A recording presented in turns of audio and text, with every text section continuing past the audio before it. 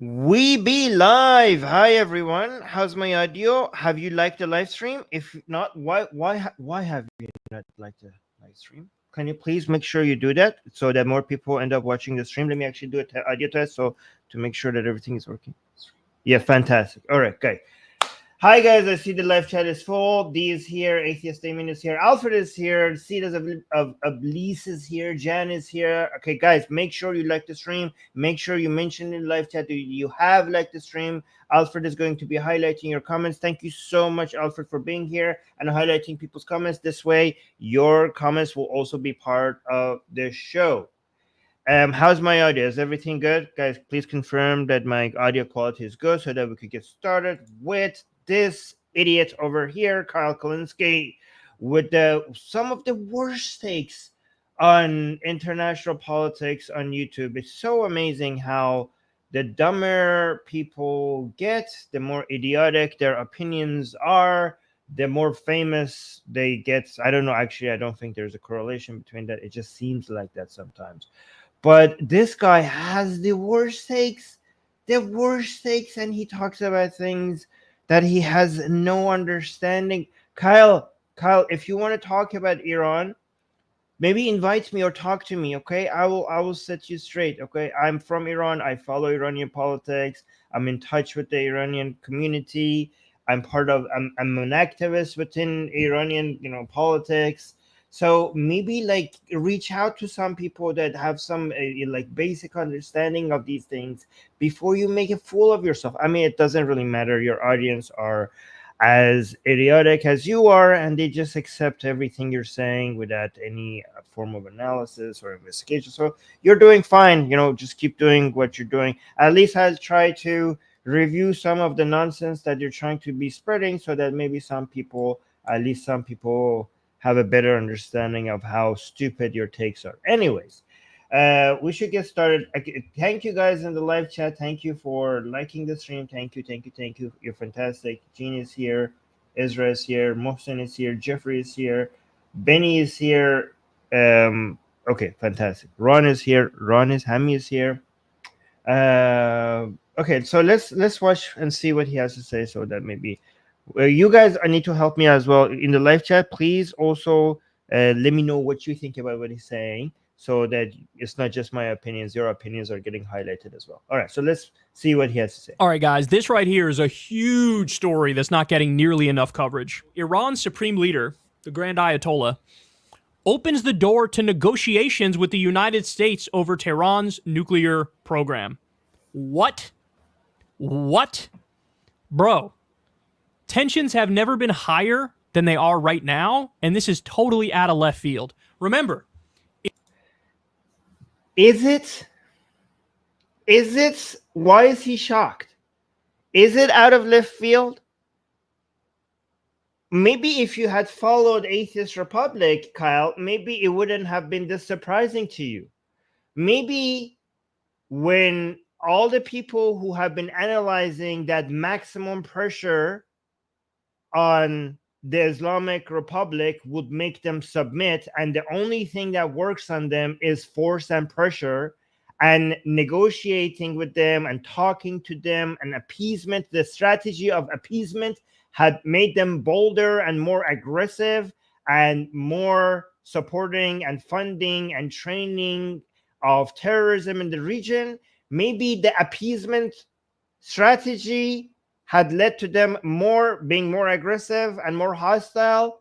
We told everyone all the time, like we have been asking the world to stop appeasement, stop negotiating, stop being so soft on them. And now as soon as there's some level of aggression and tension, you could see that it's a paper tiger. It's a paper tiger. They are pathetically weak.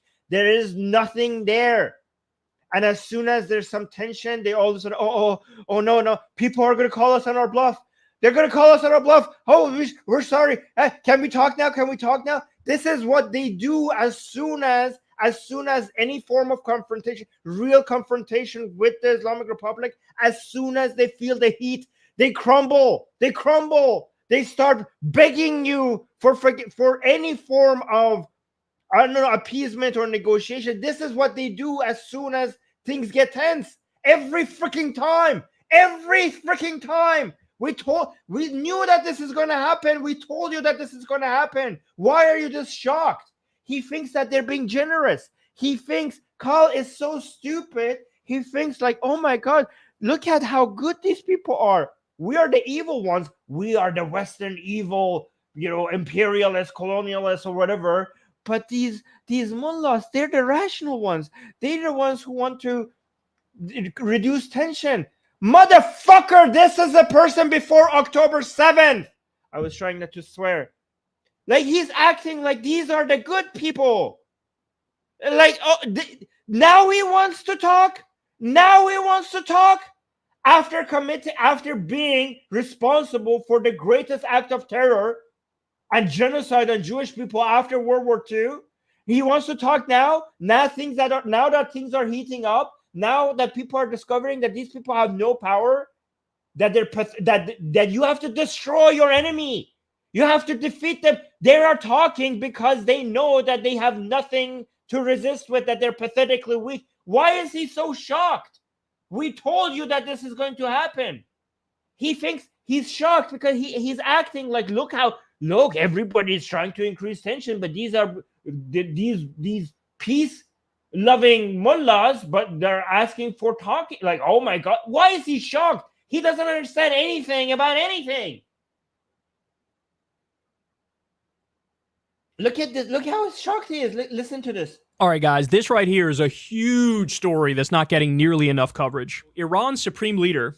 This is completely based on our predictions. We told you that this is going to happen. Like, oh my God, look how shocked. The Grand Ayatollah opens the door to negotiations with the United States over Tehran's nuclear program. What? Bro. Why is he shocked? Why is he shocked? Why do you think they're doing this? They're petrified. They think that, oh my God, they're calling our bluff. Okay. Tensions have never been higher than they are right now, and this is totally out of left field. Remember, Israel attacked the head of Hamas's political wing who was negotiating a ceasefire. They attacked and killed that guy in Tehran, Iran. Negotiating a ceasefire. Look how he's trying to make Ismail Haniyeh look like the peace-loving guy.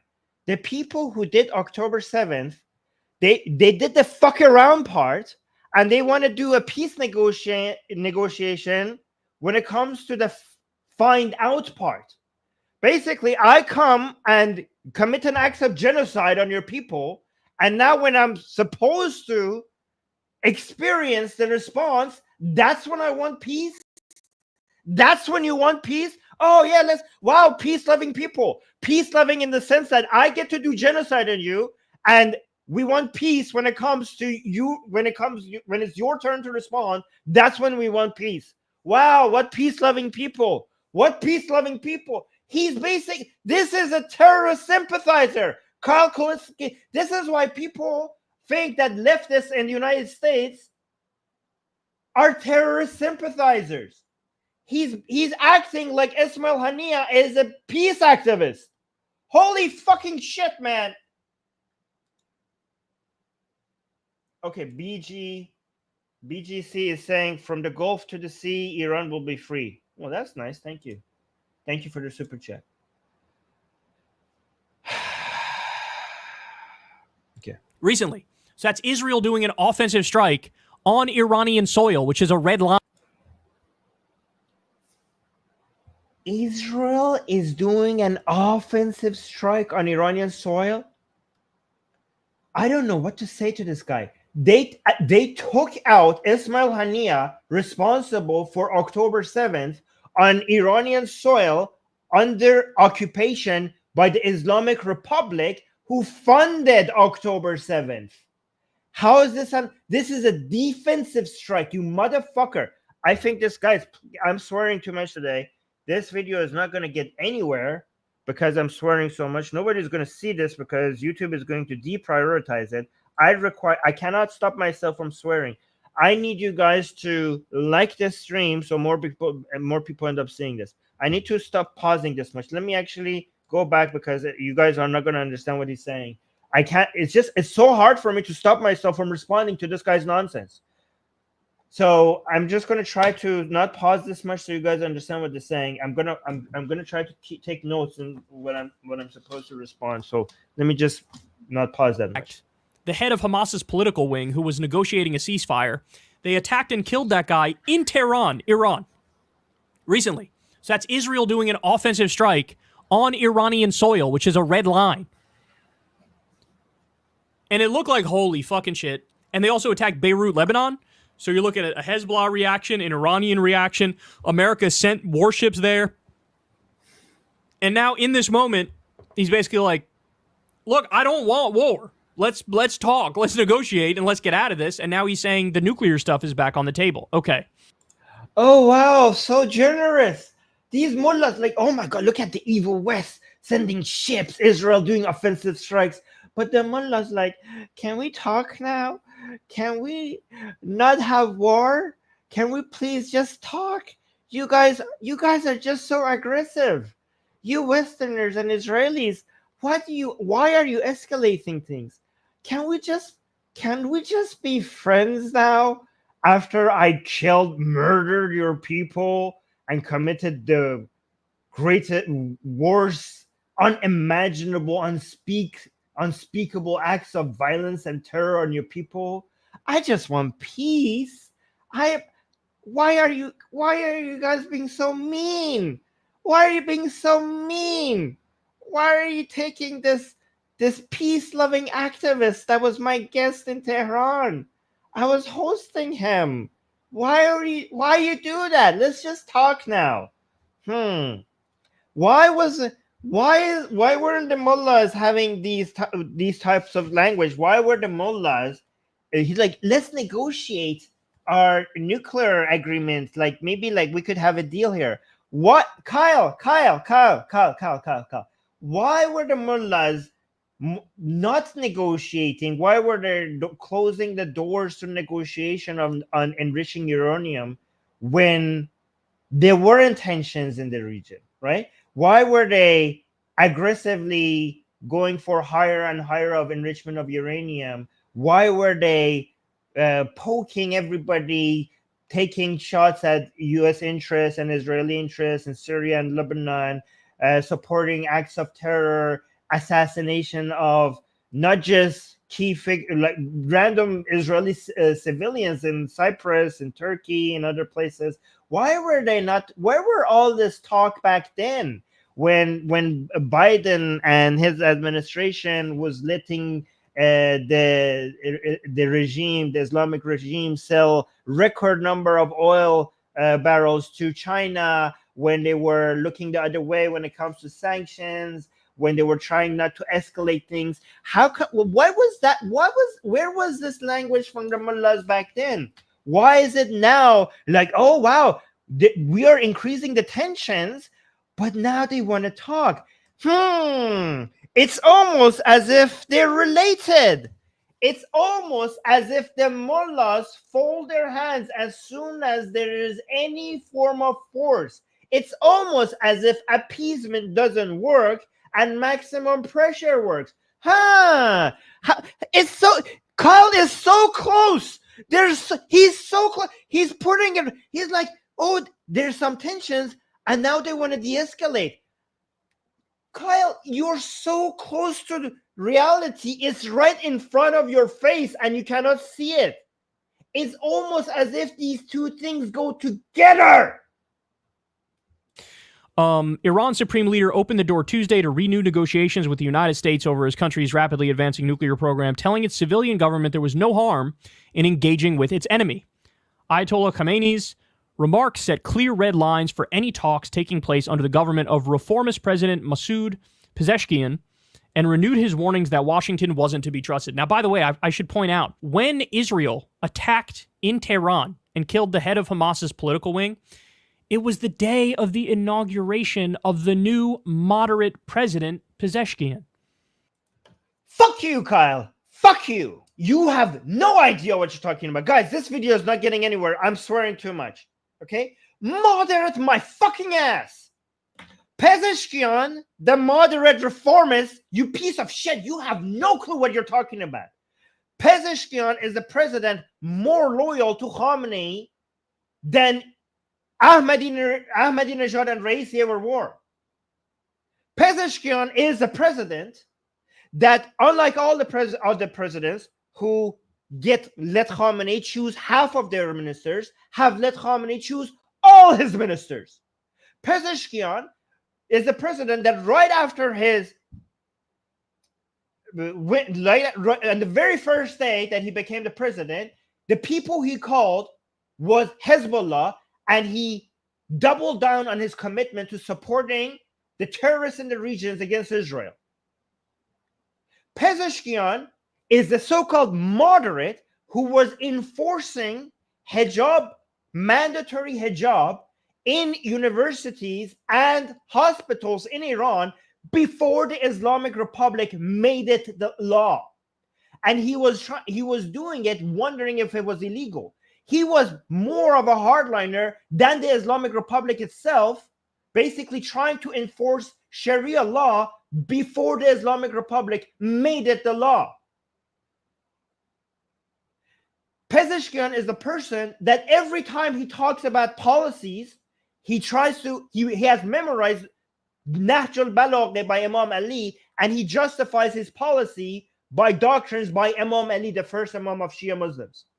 What are you talking about? Pezeshkian is more of a puppet of Khamenei than even Raisi. Pezeshkian has the label of a reformist so that everything that goes wrong with the economy in Iran, Khamenei could blame it on the reformists. He's the person that is supposed to take all the blame for everything that goes wrong in Iran so that the reformist label could get the hit and keep Khamenei safe. You have no clue what you're talking about.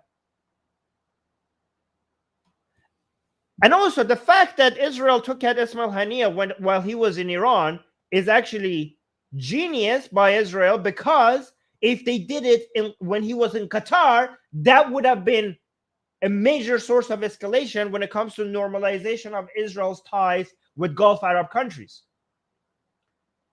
The best place to take Ismail Haniyeh was when he was in Iran, because first of all, Israel should not that it has the right to, Israel has the obligation to take out the people responsible for October 7th.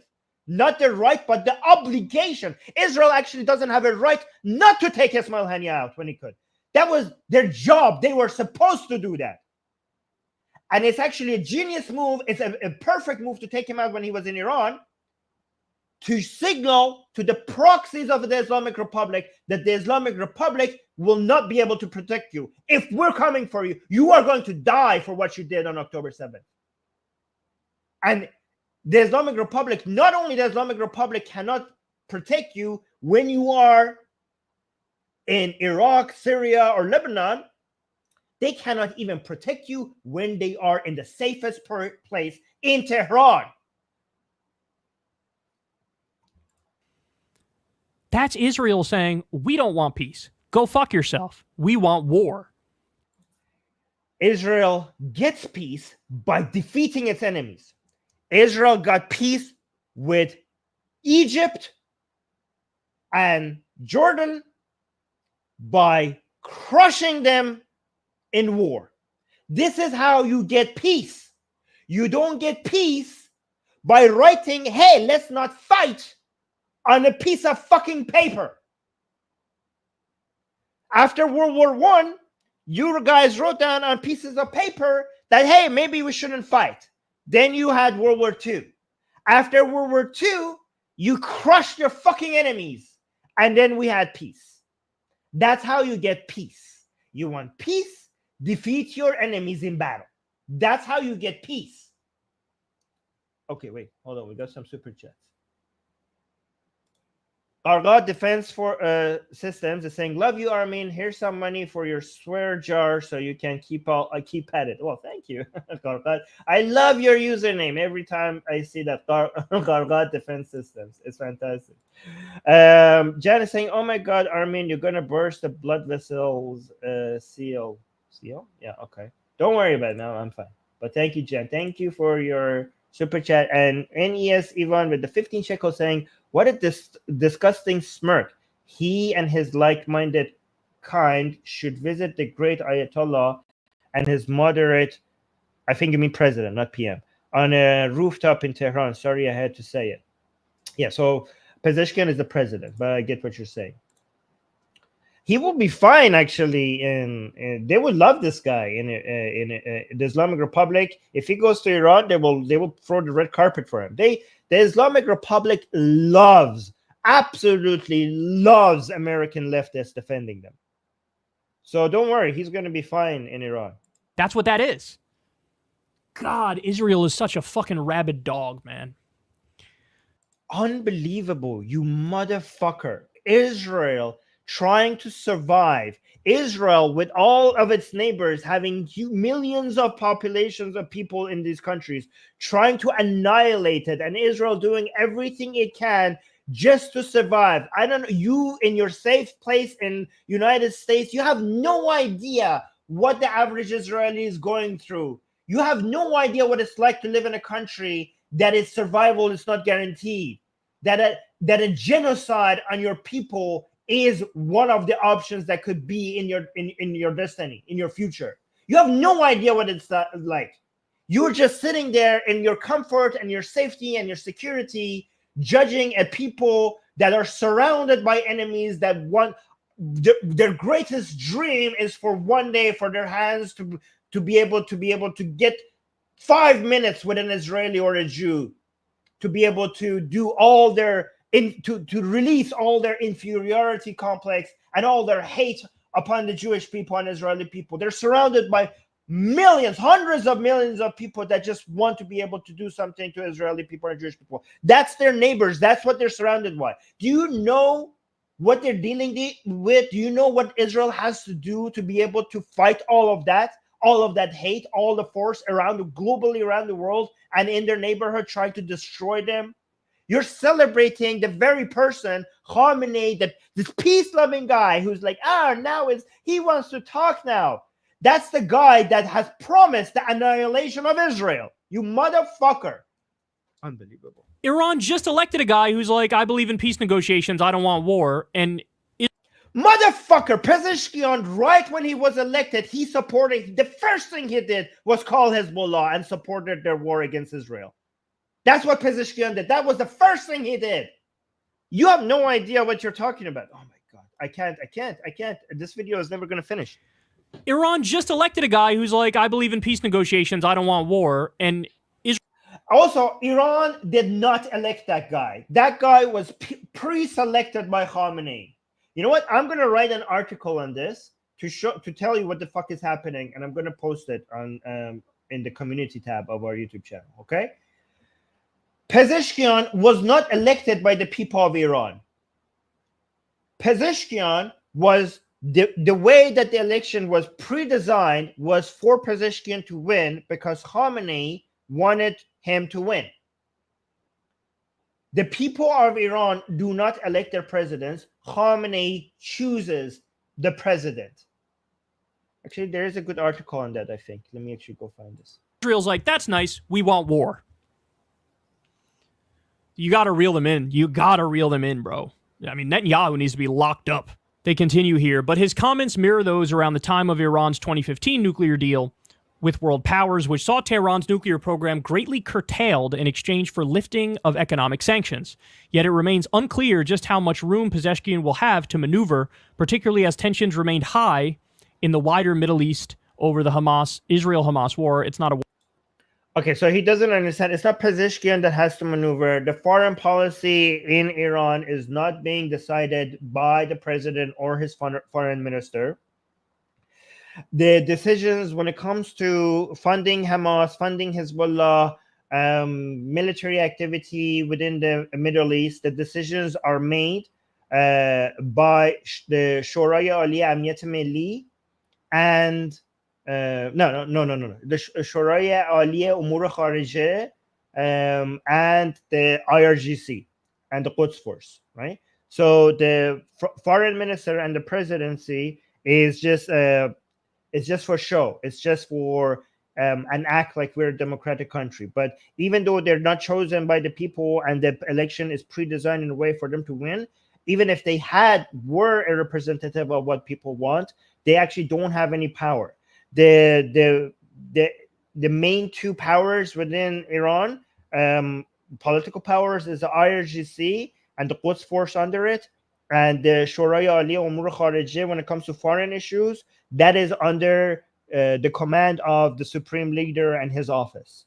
So they are not actually the decision makers when it comes to maneuvering. They just basically, the president or the foreign ministry gets the orders from Khamenei regarding what they need to be saying.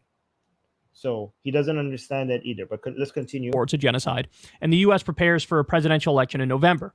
This does not mean we cannot interact with the same enemy in certain situations. Khamenei said, according to a transcript on his official website, there is no harm in that, but do not place your hopes in them. In other words, what he's saying is, look, the U.S. are fucking liars, but we still should try to make a deal. By the way, this is so disturbing to me and so upsetting because one of the best things Obama did was the Iranian nuclear agreement. Guys, it worked. It worked. The whole point of the Iranian nuclear agreement is, all right, we're going to give you back your own money that we stole. We're going to ease sanctions against you. And in return for that, you need to allow in the UN, the International Atomic Energy Agency, the IAEA. They need to come in and regulate your nuclear facilities. And you're only allowed to enrich for your power grid and for scientific research. And you can't enrich to the point where you can make a weapon. That was the deal. Over a dozen times, the IAEA went in there and said they're following the deal to a T. They weren't actually. You idiots. Go. Oh my God. They weren't. There is so much there. We have now evidence that they were enriching uranium in hidden facilities without reporting it to the IAEA. And we also have tape recordings of Fakhrinejad that they were already in the while they were supposed to abide by all these rules, they were actually coming up with ways to make missiles that they could put nuclear, that they, I don't know how to say this in English. So they were trying to make nuclear bombs. They were trying to see how they could add the nuclear bombs to the missiles. So they were trying to come up with a nuclear weapons. This is how I'm going to say. They were trying to come up with a nuclear weapons program secretly while under this deal. So they were violating all their agreements. So you don't know this. Like, I mean, maybe I should go find all these articles and share it on the screen while they're following the deal. And then what happened? Before that, let me actually show you the first article that shows what I was saying, right? So here's the first one that he doesn't understand. So how Iran's Khamenei elevated a little-known moderate to the presidency, right? So this is a Reuters article. You could go and read this, and you could see that this was completely handpicked by Khamenei himself, and he designed the election in a way for him to win. And again, he's labeled a moderate and a reformer. He's nothing. I mean, he's nothing like that at all. But also, the reason why Khamenei picked this so-called reformist is because he doesn't have any institutional power behind him, so he's completely controllable by Khamenei. That's what Khamenei likes about Pezeshkian. But let's continue. Destroyed the deal, ripped up the deal, and didn't abide by what the terms were. Trump ripped it up and pulled out of it. He ripped it up and pulled out of it. So they followed the deal. We stabbed them in the back anyway. Then Biden gets back in. Biden ran on, we're going to get back in the Iranian deal. Then he didn't. And then now, how's Kamala running? Kamala's not running saying we're going to get back in the Iran deal. She's not. She's running warmongering on Iran. She just did that in her speech the other day. Now, I hope that's just public posturing, and I hope that behind the scenes, she's willing to get back in that deal. Because again, it's like we keep being given these opportunities to like, hey, you can course correct here. It's better than war, right? And no. The West and the U.S. are saying, fuck off, right? It's so pathetic. It's so pathetic. Khamenei, who's 85 years old, has occasionally urged talks or dismissed them with Washington after then-President Donald Trump unilaterally withdrew from the deal in 2018. There have been indirect talks between Iran and the U.S. in recent years, mediated by Oman and Qatar, two of the United States Middle East interlocutors when it comes to Iran. Khamenei's remarks came a day after Qatar's prime minister visited the country. As for comment, the U.S. State Department told Axios, "We will judge Iran's leadership by their actions, not their words." I can't stand how smug the United States is, man. I really can't. You're judging them when they're saying, hey, we're open to another deal, and we were the ones who fucked up the last deal, and then we're judging them? They should be... Motherfucker, they are open to a deal after they caused so much chaos in the region, and now they could see that, now that they see that they cannot retaliate, now that they see that they cannot defend themselves, now that they see that Israel is very strong, now that they're scared and terrified, that's why they're open to a deal. And again, they were not abiding to the deal. I'm gonna try to find that information and show it to you guys. And also, I will show you how appeasement doesn't work. I will go through step by step through everything that happened, and I'll show you that why actually it's maximum pressure that has got them to this point. Judging us. Fuck, I hate these people. We have long said that we will ultimately view diplomacy as the best way to achieve an effective, sustainable solution with regard to Iran's nuclear program. However, we are far away from anything like that right now, given Iran's escalations across the board, including its nuclear escalations and its failure to cooperate with the IAEA. We ripped up the deal. We pulled out of it. So they said, okay, I guess we're not going to allow the IAEA in now. And now you're blaming them for not allowing him in. It's the reason why you pulled out of the deal, because the whole deal was designed to get the Islamic Republic be more chill in the fucking region. That was the expectation. But what happened with that deal, then the Islamic Republic was making a lot more money, and they went and used that money to fund their proxies in the region and get the opposite of what Obama expected. The philosophy was that if we play nice with these people, they are going to be chill about it. They're going to, if we are friendly with them, maybe they will behave better. But it had the opposite effect. It had the opposite effect. Okay, so let's continue. our fault. Our fault. We did it. We're the problem. It's me. Hi. I'm the problem. It's me. Oh my God. Oh my God. In order to work in the U.S. State Department or the Pentagon, like, you have to be professionally the dumbest motherfucker on the planet. So, okay, so I found some articles. A lot of the articles I want to show you are behind paywalls, but this one seems to be okay. Here. So this is one other article. So there were, so if you want to go see, IAEA says it will not close probe into Iran's unexplained traces of uranium without answers. There are many articles regarding this. You could go like here. There's a Iran's IAEA starts talk on unexplained uranium traces. So these are uranium traces in Iran that shows that there were some sites that Iran was enriching uranium throughout the deal in secret places. They thought that they could keep it hidden, but they left it. The traces showed that they weren't actually abiding by the deal. So let's continue with this. And by the way, let's continue. Me. Hi. I'm the problem. It's me. Oh my God. Oh my God. In order to work in the U.S. State Department or the Pentagon, like, you have to be professionally the dumbest motherfucker on the planet. You think these people don't know this? And by the way, oh, you know, we're far away from making a deal. The deal parameters are already made. It's the Iranian nuclear agreement from 2015. Jump back in that, you fucking asshole. What do you want to do? Change the terms and make them more strict? If anything, you should weaken the terms because we're the one who ripped up the agreement and they're the one who abided by it. I hate these people. If Iran wants to demonstrate seriousness, oh my God, or a new approach, they should stop nuclear escalations and start meaningfully Oh, so here's another. Here, let me show you a couple. So this is Fakhrizadeh.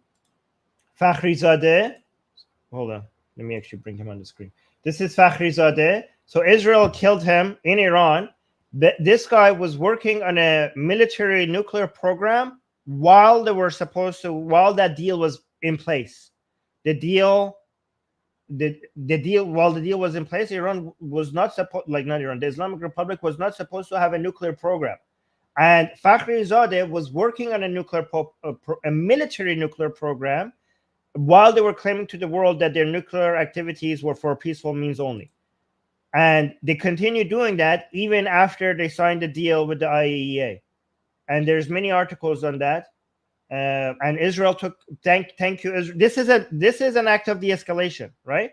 So Israel took this guy out masterfully, a couple of years ago in Iran, and this is a de-escalation. This is a de-escalation by Israel, because this guy was building basically nuclear weapons for the Islamic Republic, and Israel killed this guy, this scientist, while he was in his car with a robot, an AI. I don't know.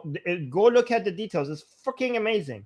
And they shot the guy while he was right next to his wife, and his wife was not even scratched. Like, she wasn't even injured a little bit. This also shows that Israel is so careful when they take out their enemies, when they are capable of not killing civilians, because in Gaza, it's very hard to take out Hamas without killing civilians, right? Because they use them as human shields. Hamas doesn't wear military uniform, and the population density is the second in the world. But you can see when Israel, in other places, when they take out their enemies, they are when they're able to reduce civilian casualties, they do it in such masterful ways. Look how masterfully Israel takes out its enemies in Iran, in Lebanon, and Syria with very, very little collateral damage. Gaza is a very difficult place to be able to do this. That's why the collateral damage and civilian casualties in Gaza is very high. But everywhere else, Israel is shown to be willing, capable, but more importantly, willing and eager to take out the enemies without taking out anyone else around them. Anyways, let's continue. Escalations across the board, including its nuclear escalations and its failure to cooperate with the IAEA. We ripped up the deal. That's good. You did a good job. You did a good job that you ripped up the deal, because the money from that deal was being used to fund terrorism in the region, right?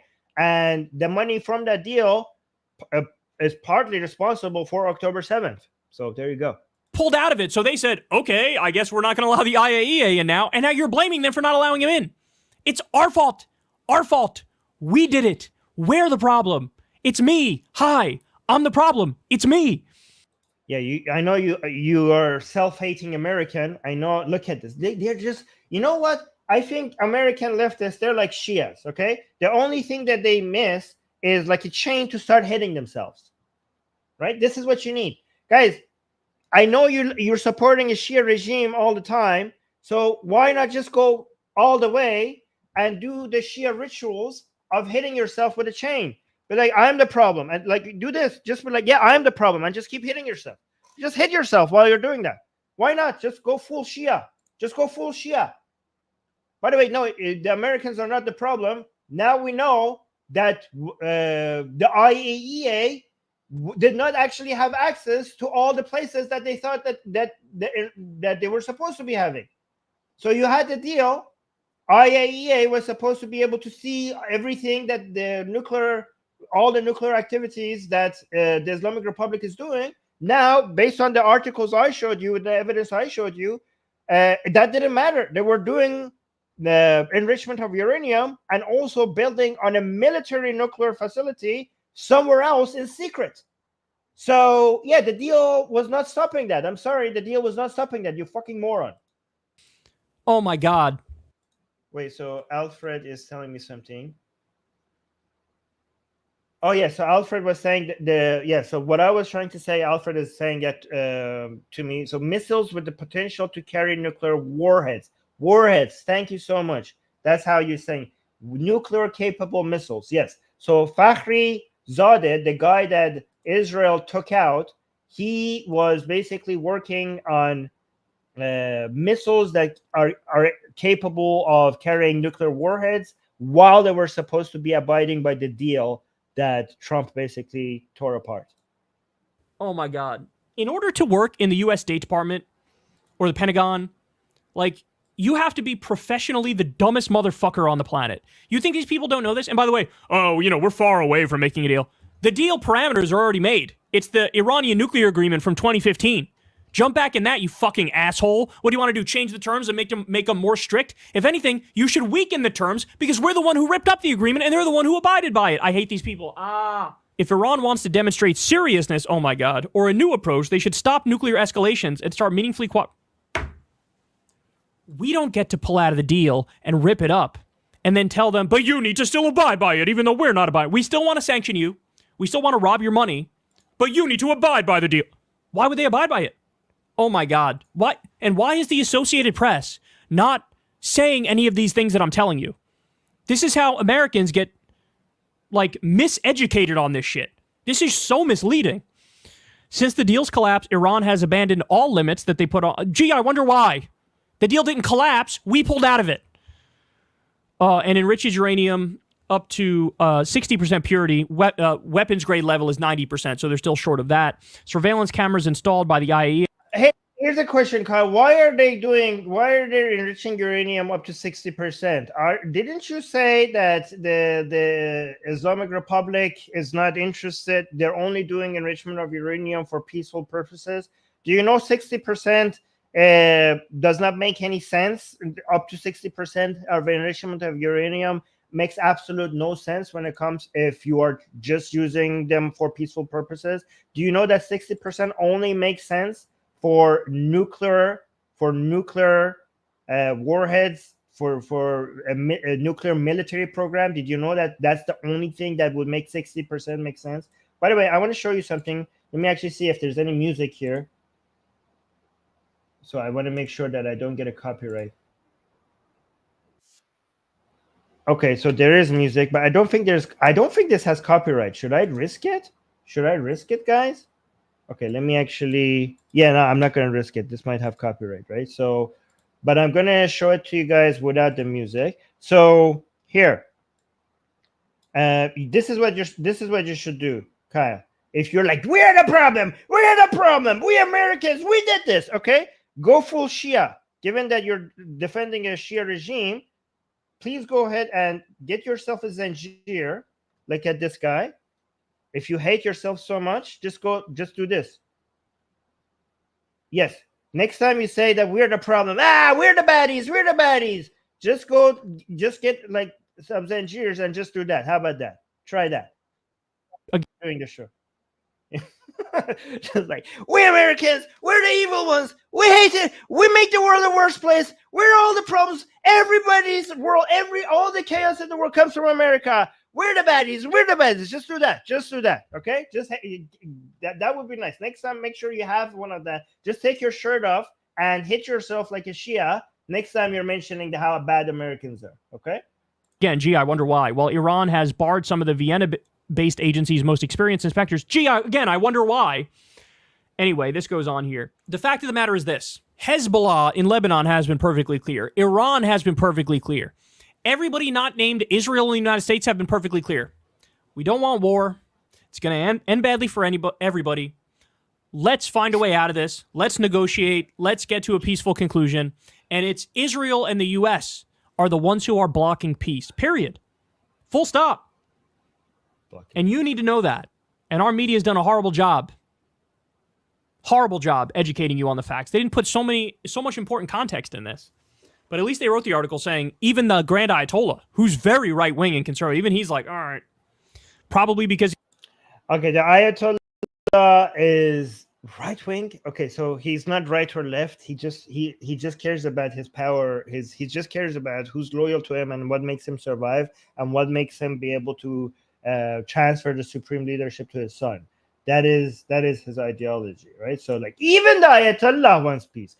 This is so bizarre. Let me actually, once he's finished making this random telling you all this nonsense. I will show you why the Ayatollah is now giving signals that he wants negotiation and talk. Okay, I will tell Or you. even he's like, all right.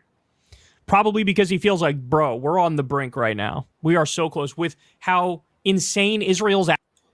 Why would he say so the Khamenei, who for years has promised that we will destroy Israel, okay, that we will take over this entire region, right? That we will basically turn Haifa and Tel Aviv into dust. That's what he said. That's what he promised. That the Israeli regime will be destroyed completely. Israel will be destroyed within 25 years. There's a countdown because of his promise, right? That guy, right? Why is he now all of a sudden the people? By the way, Khamenei, not only Israel, Khamenei and his supporters who have promised to invade Saudi Arabia, okay, to change the flag of Israel of Saudi Arabia, the green flag of Israel, in their songs that they sing right in front of Khamenei while he's praising these people. They call it Madahi. They have promised to remove the La ilaha illallah Muhammadur Rasulullah written on the flag of Saudi Arabia, right? The Shahadatain, and replace that with Ali's name. They're the first Imam of Shias, which is actually quite amazing, which shows how Shias care about more about Ali than Muhammad and Allah, right? Even though they don't admit it. They have promised to basically take the two holy cities, Mecca and Medina, from Saudi Arabia. That's what these people promise. So if you think like, oh, well, of course they will be anti-Israeli. Israel is such a hostile force in the region, and they're just responding. Well, they promised the same thing for Saudi Arabia. They want to invade Saudi Arabia and make Saudi Arabia Shia. Okay, that's what they promised. This is Khamenei, the supreme leader of the same country that recently bombed Pakistan. They're not even enemies with Pakistan. Khamenei's regime just recently launched missiles into fucking Pakistan. They launched missiles into the Kurdistan region of Iraq. Iraq which is supposed to be its own independent country, basically challenging its sovereignty. Every time they want to, Israel does something and they know that they cannot retaliate on Israel, they just bomb Kurdistan region of Iraq. And Iraq is like, what the fuck, man? Why are you bombing my land? These are the people that are peace loving. So what, Kyle? Why is Khamenei, who is constantly behind increasing hostility, the Zahedi guy that Israel just recently, a leader in IRGC that Israel just recently killed, the Islamic Republic came out and celebrated that he was part of the masterminds behind October 7th. So all of this record of hostility by Khamenei and his regime, why is it now that they're talking about, like, let's talk, guys, let's do some peace, let's just chill out now, guys, let's stop fighting maybe now? Why is it, Kyle? Is it because that as soon as the United States grows a pair and brings up its military might in the region, or Israel flexes its military might to the Islamic Republic, they all of a sudden cower and run away and retreat because they have nothing to show for themselves? Because they actually have no military power to be able to actually react, because they're a paper tiger, because they're all bark and no bite? You know, you see that meme where there's a smaller dog barking at the bigger dog behind the gate, and as soon as they open the gate, all of a sudden the dog like goes and retreats. So like if you have a smaller dog and like you have a leash on it, like it's like barking at the bigger dog. And as soon as you let the leash go, they're like, they run away because they know that they actually can't fight the bigger dog. This is what the Islamic Republic is like. They're like just barking, like, oh, we will kill you, we will destroy you, we'll annihilate you. And I'm like, okay, now we took out Ismail Haniyeh. There you go. I'm like, well, actually, we are now in favor of reducing tensions in the region. It's almost as if you don't actually have the capacity to do what you promised to do for the past 40 years. Actually, there's another AP article recently that came out that shows that the missiles, the missiles of the Islamic Republic are a lot more pathetic and weak than originally anticipated. Hold on. AP Iran missiles accuracy. I think that if I search for that, that will show up. Yeah. So maybe, yeah, it was from 2 days ago. I will show you that, but let him finish this. Prodding Hezbollah and Iran to attack. I think Iran and Hezbollah are both smart enough to know that Israel is prodding them because they want the war. They want the war. They want you to attack so that they can attack back and they can drag the U.S. in, and the U.S. then fights the wars for them. That's what they want. They're smart enough to know that. So now they're like, okay, let's do this thing where we just keep stressing we want peace every step of the way so the rest of the world knows who's at fault here. Who's the vicious empire and their client state full of psychotic genocidal freaks. So anyway, there you have it. This is a big deal. In a world that made sense, Kamala Harris would come out today, or Joe Biden would come out right now, and they would say we're getting back in the 2015 Iran nuclear agreement, and we're going to do it today. We want peace. We want peace. We don't want war. You don't ask for peace after you've been attacked. If you want if you want lasting peace, when you get hit, you respond. You respond aggressively. That's how you get peace. If you get attacked and then negotiate for peace, then you're asking for more war. Look at the history of war. Every time you had long-lasting peace is with demonstrating deterrence capabilities. It's the idea of fuck around and find out. If you fuck around but then don't find out, then the people are gonna fuck around some more. You want people to stop fucking around? Don't forget the find out part. That's the key part. That's how you get peace. Gonna bring peace and then make a big deal of it, make a big show of it. Us Democrats got peace with Iran, yay! And then let the right flip out and argue against peace. Let them do it. But really, we don't do that. Why? Because of AIPAC, because of Israel. They want the war. We give them money, we give them weapons, we let them attack everybody, and then we act surprised, right? So, anyway, let's get it done, man. Let's get peace. Hey, y'all, do me a...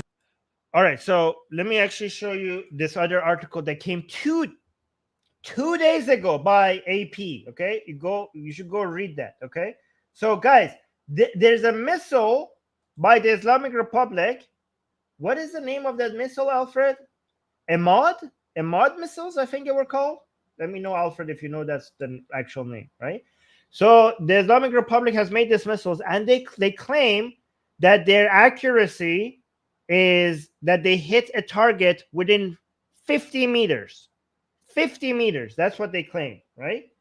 So after the recent, you remember a couple of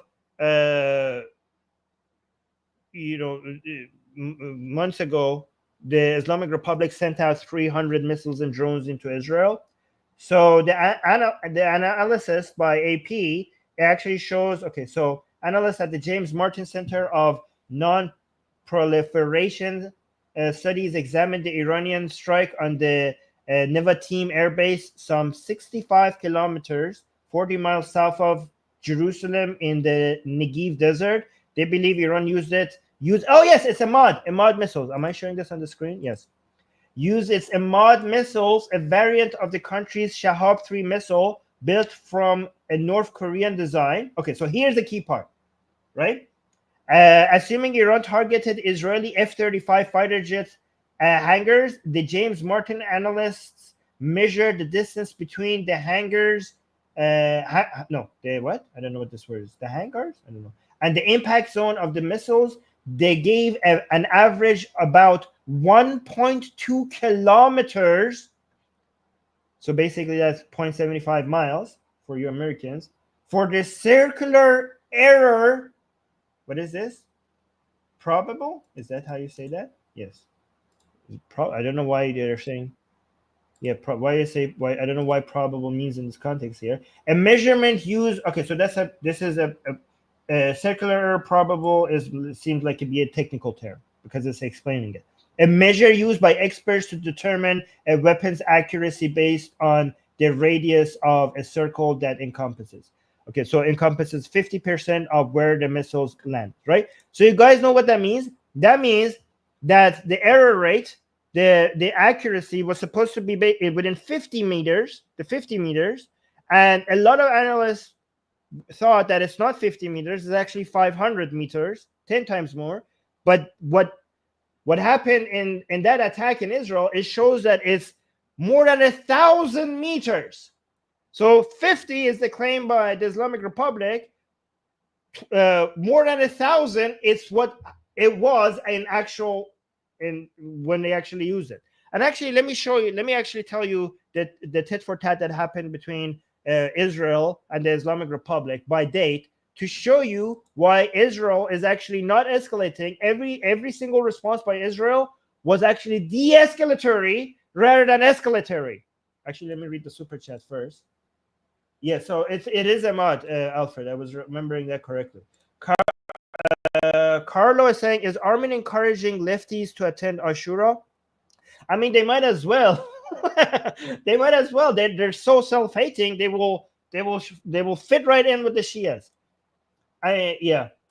So thank you, Carlo, for the super chat. And Angie saying, I say debate this clown, like and comment to everyone. He's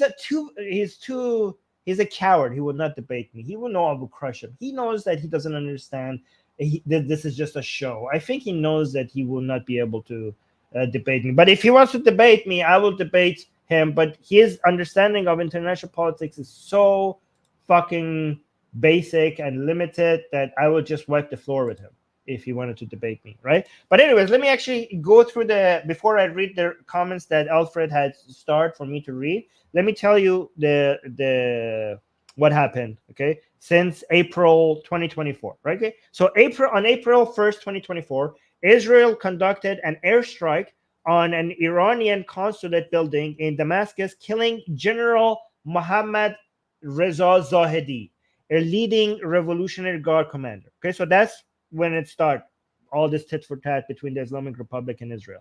That's when it started. Okay, and once they were killed, the Islamic Republic officials came out and said this Zahedi guy was actually partly responsible for the October 7th attack, which is like, okay, well, that's great. Thank you, Israel, for killing him then. Like, that would, I mean, I'm not saying if he was involved or not, they might be like bluffing, but the reason, or they might not be, maybe he was involved, I don't know. But the Islamic Republic was saying that because they were testing the waters with not actually taking a revenge because they were too scared of taking a revenge, right? So that's what happened. They took out Zahedi in the so-called consulate. It's actually not, it wasn't a consulate. It was the building next to the consulate. And they were having, a lot of people like, oh, Israel should not take out a consulate. They were having a military meeting in that building, in the building next to the consulate that Israel took out.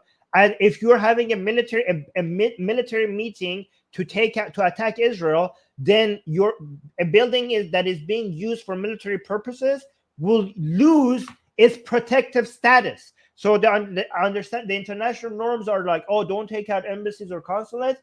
Well, yes, they enjoy protective statuses unless you're using it for military purposes. So given that they were having a military meeting in that building, then Israel legally, under international law, had every right to actually take Zahedi out in that building. So that was April 1st, 2024. Then, on April 13 and 14, 2024, the Islamic Republic responded. So this is what they said. This is what it reads. Iran, by Iran it means the Islamic Republic, launched a significant missile and drone attack on Israel involving over 300 aerial threats in retaliation for the Israeli strike on the Iranian consulate. Okay, and this is the strike that we just read about. So let me see. Yes, this was Yes, so that's the strike that we just read about. Like, let me see, April. Yes, this is this is a strike that one of the missiles that hit Israel hit it with such huge error, like with such a low level accuracy. So this strike was pathetic because people were like, "Oh my God, 300 drones and missiles." So half of them basically were failed, or were taken out. A lot of these drones and missiles didn't even make it to the Israel. None of the main missiles actually made it to the border of none of the drones actually made it to the border of Israel. They were all taken out by United States, the United Kingdom, and most importantly, some Arab countries, including Jordan, helped take out these drones before they reached to Israel. Many of them just failed on their own and killed people, not in Israel, but people on the way in countries that were not even the target, right? And eventually, the missiles that did manage to hit Israel, none of them killed a single Israeli. There was one Arab child was injured severely, and nobody was killed, and nothing was damaged. None of the military sites. There was just a medium-sized hole in one of the military centers. Well, nothing actually happened, right? So this was very devastating for the Islamic Republic. They tried to act like they were not trying to cause any damage, but analysis shows that they were actually trying to cause damage, but they failed to cause damage. So this actually made embolden Israel to basically do more against the Islamic Republic, because everybody was afraid of the missiles and drones of the Islamic Republic. But now with this attack, they showed their hand. They showed that they have an empty hand, that you actually shouldn't be that worried about the Islamic Republic, because when it comes to their missile program, they're actually pathetically weak. Okay, so don't worry about escalation. Just go at it with these people. Go at it. Okay, so everybody was like, oh no, Israel, do not respond. Do not respond. So that was on April 13 and 14. And everybody was asking Israel to not respond anymore, which is absolutely insane. This is the Islamic Republic attacking your soil. This was the first attack from Iranian soil on Israeli soil. And the world was asking Israel not to respond because that would increase the tension, which is an absolute insane ask, to not respond to an attack on your soil. Many analysts were saying that, even like Iranian pro-Israeli Iranian analysts were saying that Israel is not going to respond. I said on my analysis on my Persian channel, I said Israel will respond, and Israel should respond, and Israel will respond. And people are like, why would you want Israel to respond? Iranian people are going to die. I said Israel will respond in a way that Iranian people will not die. It would be either a military base, and it will be or a nuclear base, and it will be targeted, and it would be in a way that the civilians won't die. And it happened exactly like I predicted it, but even better, because I said either military or nuclear, but Israel responded in a way that was not escalatory, and they hit a spot that was both military and nuclear. So this is what happened. This is the response on April 19, 2024. So Israel retaliated by striking Iran's S-300 missile system, a significant defense asset, which deterred further large-scale attack from Iran and Hezbollah. Guys, see, it's saying it deters further large-scale attacks from Iran and Hezbollah, which means that attack was de-escalatory. Everybody was like, oh, if Israel responds, it's going to escalate. It responded, and it was de-escalatory, especially because the S-300 is the most advanced defense system that the Islamic Republic has. It's supposed to be able to see everything, and it has multiple sections. The section that is Israel, and it was done so beautiful. Israel managed to hit it with an S-35 from outside of Iran's borders. The missile went all the way into the middle of Iran, close to Isfahan, and right next to hit the S-300 that was supposed to defend the nuclear facility in Natanz. So it hit a military equipment that was defending a nuclear facility without hitting the nuclear facility itself. And it hit the radar section where it was supposed to see everything coming at it. So it did not see the missile coming at it, The only way the S-300 detected the missile by exploding, right? The S-300 that is supposed to see everything coming at it, the only way that it detected that, oh, a missile is hitting me, and you're like, well, how do you know a missile is hitting me, is hitting you? Not because you're detecting it in your radar, it's because I'm fucking fire. I have exploded. That's the only role, the only way I know that a missile hit me. This means that if Israel can actually hit the S-300, because Russia does not sell the Islamic Republic the S-400, they only have the S-300. That means that from outside Iran's borders, Israel can basically hit anywhere within Iran without the Islamic Republic even knowing about it. So that's actually de-escalatory. They pissed their pants. They could not believe. So think about this. The Islamic Republic hit 300 missiles into Israel. Not a single site was taken out. Not a single military facility was taken out. However, Israel hit the Islamic Republic with one missile, and they took out their most advanced military defense system without any casualties. That is a de-escalatory move. That was masterful, beautiful. That was so impressive. In fact, there were two missiles that were hit by the S-35, and just in case the first one doesn't hit, then the second one, they would use the second one to hit it. But because the first one did the job, then they deactivated the second one. It was so beautiful, right? And guess what? People are like, oh no, this is escalatory. But every time Israel did something, it resulted in de-escalation. So next month.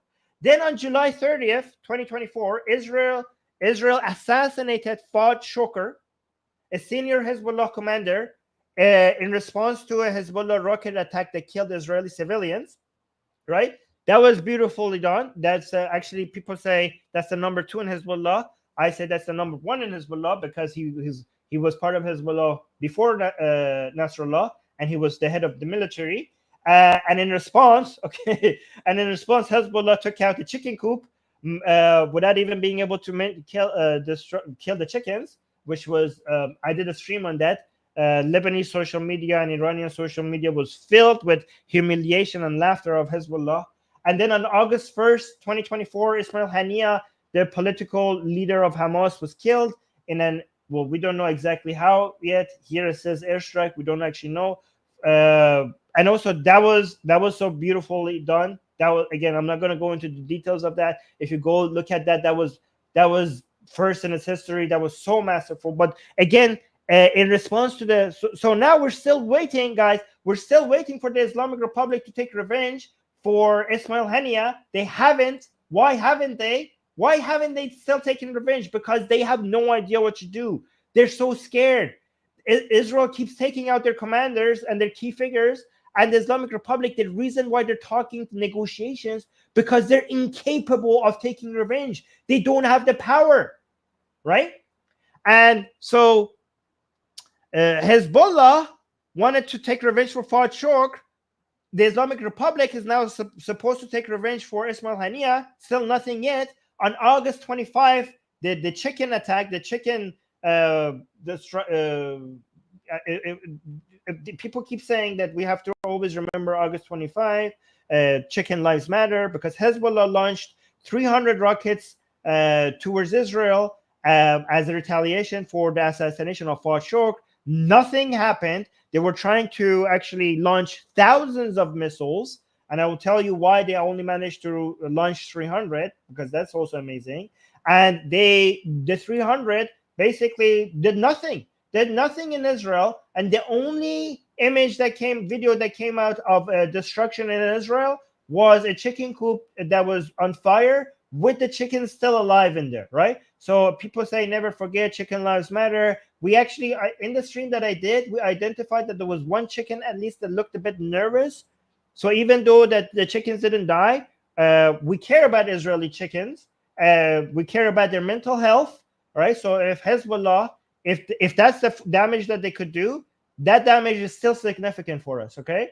I'm serious. Like, you should not be able to even cause stress, not just for Israeli people, but also not even for Israeli chickens, okay? Even though you didn't kill the chickens, one of them at least was stressed out. We could see in the videos that I did in that stream. So yeah, there should be a response to that, okay? Israel should be able to be strong enough not to just defend its people, but also its chickens. Okay, but the reason why they couldn't launch thousands of missiles as they planned to is because in an unimaginable act of defense, Israel, like this was the first time in history, like the taking out of the S-300 was one thing to behold. It was so beautiful. It was also something that we didn't know Israel is capable of, and now the world knows. But on August 25th, there was something else that Israel did that was the first in history. Because while they were putting the missiles on the launchers to attack Israel, within the time that it takes Hezbollah to just ready the missiles, point the launchers, and shoot, within the time that it takes Hezbollah to do that, Israel managed to detect that they're doing that, identify every single launcher with the main missiles, because the 300 that they sent were basically the weaker ones that could have been stopped mid-flight. But they identified every single launcher that was carrying the main missiles, the more advanced missiles. They managed to get all the pilots of 100 fighter jets. I don't know how they did this. Were they always on standby? In their planes, in their fighter jets, get them from Israel to Lebanon and take out all 40 launchers before the missiles left the launchers. This is unimaginably impressive. Can you imagine all 40 launchers pointing at Israel? 100 fighter jets at the same time took off and took out all the this is on August 25th. Go look this up. This is unbelievable. Like, Israeli people, you should be so impressed with your military might. You should be so grateful that you have a military that defends you like this. All the launchers were taken out before the missiles left the launchers. Like, think about how much time, what is this readiness? Like, where do you get this from? How did you manage to do that? This is also a first time in history. Israel, when it comes to military might, Israel has a huge records of first time in history. So, given that context, every time the Islamic Republic did something, and how Israel responded, what you get out of this is a huge signal of deterrence to Hezbollah and the Islamic Republic. The Islamic Republic sees that, okay, if I want to send missiles, first of all, I get humiliated. Second of all, with some miracle, Israel is capable. Israel managed to show how it could stop the missiles, not just from hitting Israel, but from even leaving Lebanon. So this makes the mullahs piss their pants.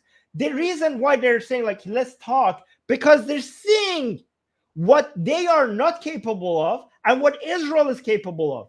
The reason is they see this and like, okay, let's talk. This is the result of demonstrating your military might. The reason why Hezbollah, by the way, everybody who criticizes Israel for what they're doing in Gaza, as much as casualty that we're having in Gaza, what you're saying in Gaza is reducing casualties. Because the reason why Hezbollah doesn't want to go into full confrontational war with Israel is because the Lebanese people are seeing Gaza and like, yeah, we don't want that. This is what you get when you advertise your deterring capabilities. This is how you get peace. The Islamic Republic is seeing that it doesn't have deterring capabilities, and it's seeing that Israel has deterring capabilities. This is always how you get peace. Well, not always. I don't want to be an absolutist. Most of the time. Anyways, let me see. Oh, we got some super chats. Oh, we got Janet became a new member. Guys, I have some member-only live streams. If you are a member, make sure you go check those out. So thank you for being a member. And I'm gonna do guys. If you want to become members, I have good news for you. I am doing member-only live streams once a week. So we're gonna have a lot of member-only content. So for people who are supporting this channel, thank you for that, Jan.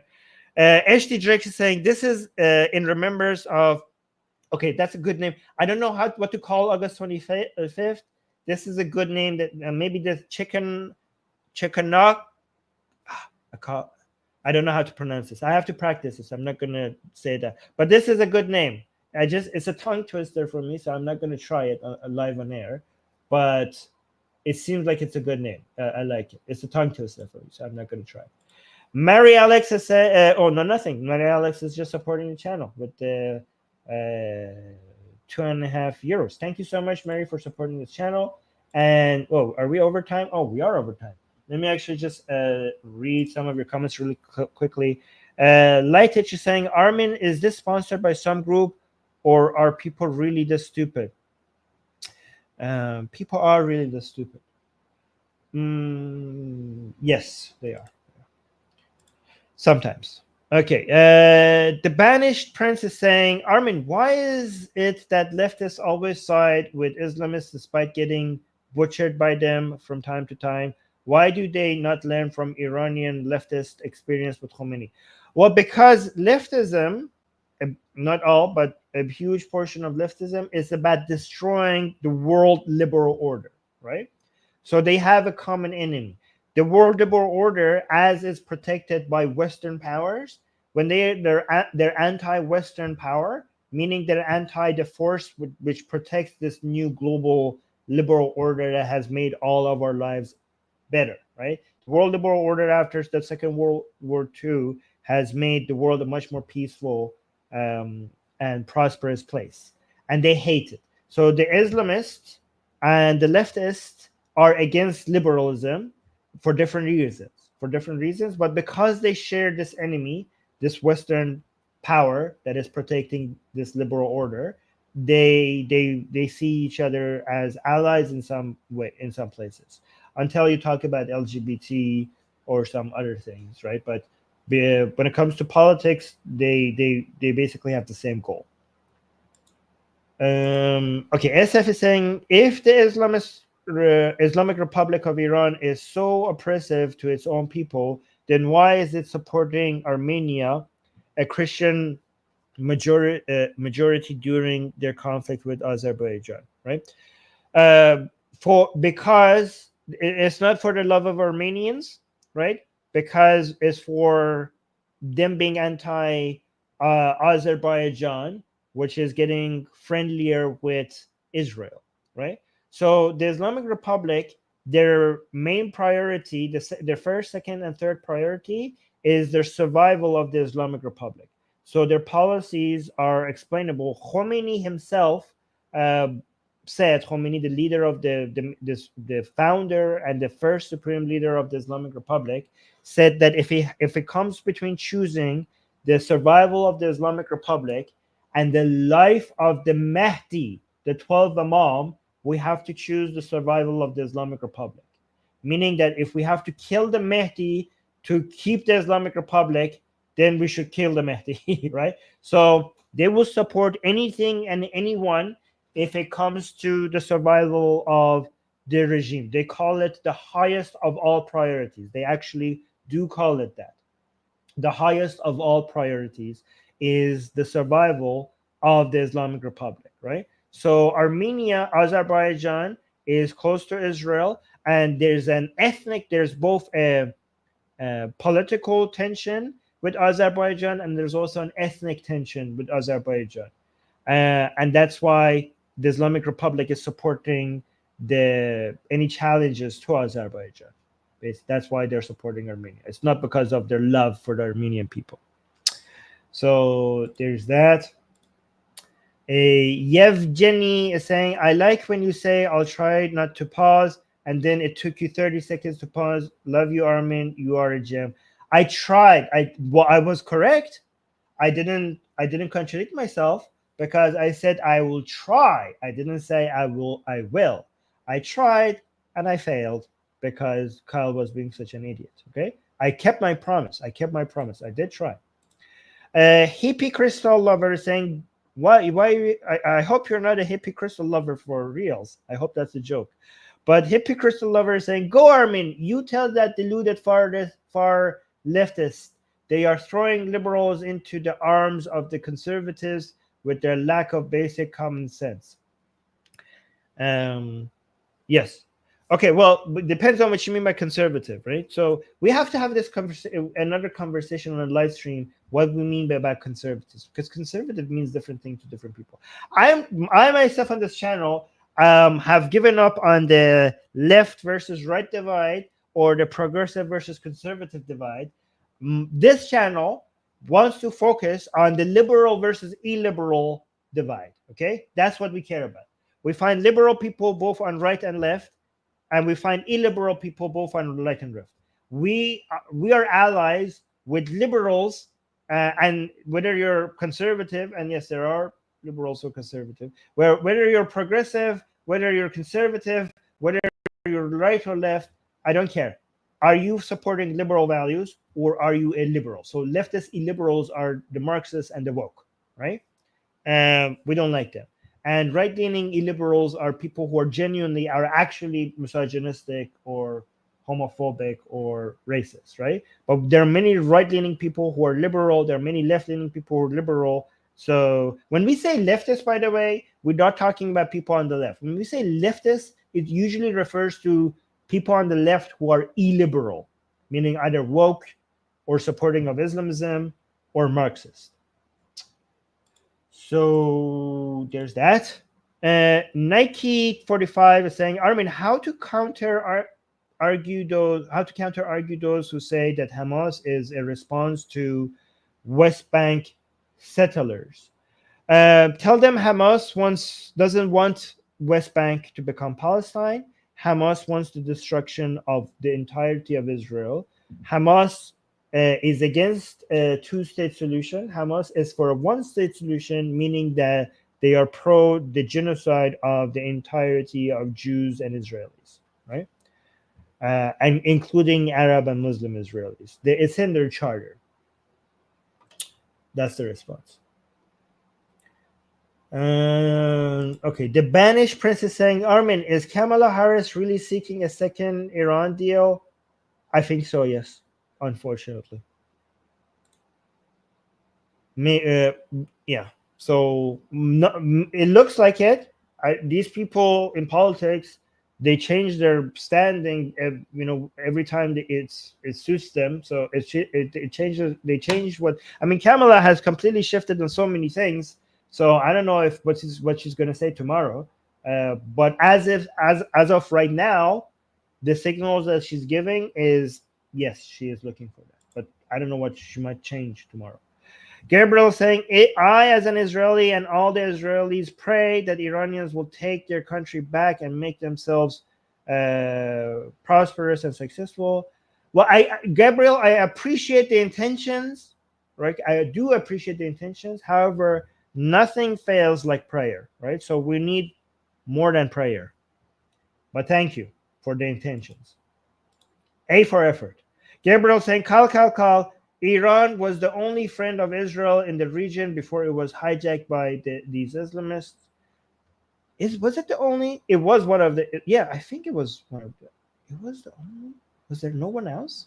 Yeah, I think you're right, guys. Correct me if Gabriel, if there was anyone else in that region. I think you're right. It was Israel's only friend in the region.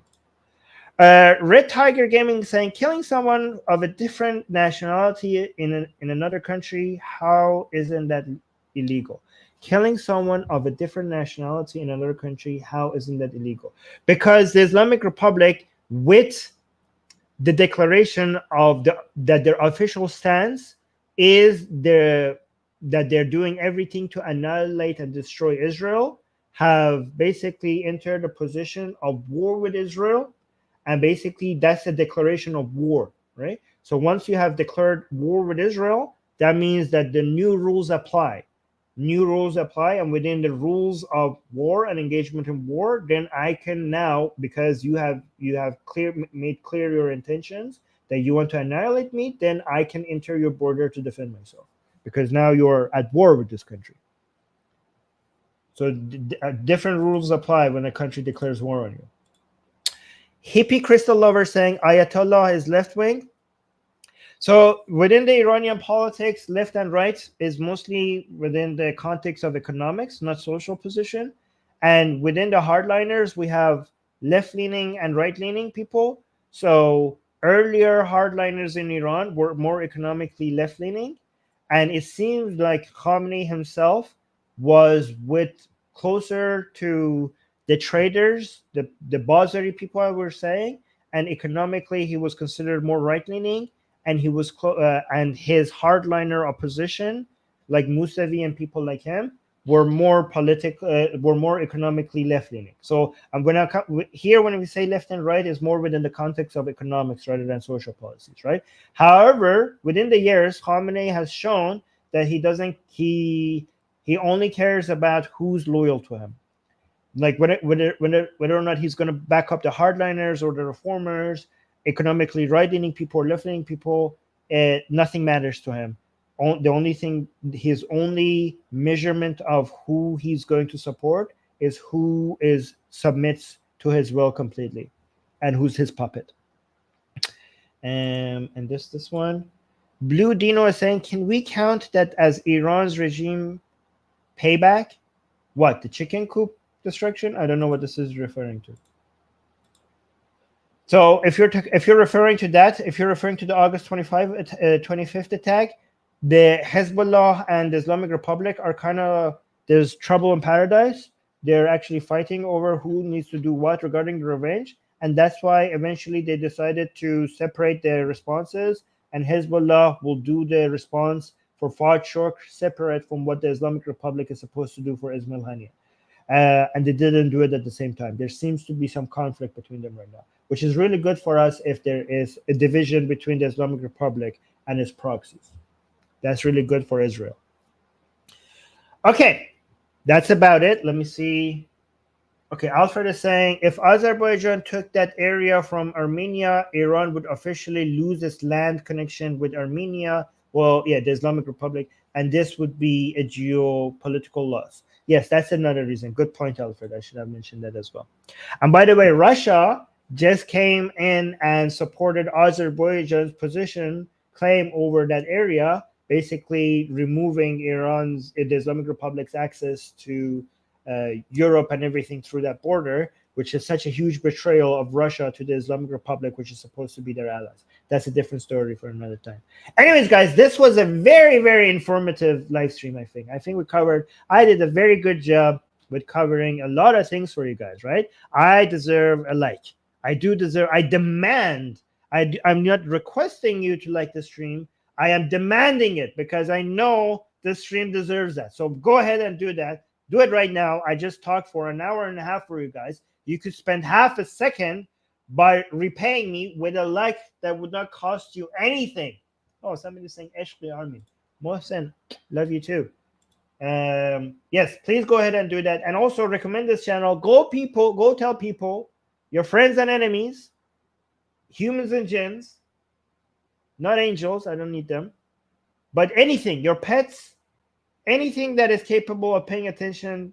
What, pets are not able? Never mind. Just go and recommend this channel. Go tell people to subscribe to Atheist Republic on YouTube. Okay, go tell them to do that, please. Okay, and if you're subscribed, make sure you hit the bell notification so that when we go live, YouTube sends you a notification. If you do not get a notification that when we go live, it's because you have turned on notification to too many channels. Okay, maybe reduce some notifications from other channels and just hit the bell notification only for our channel, so that way you will get notified when we go live.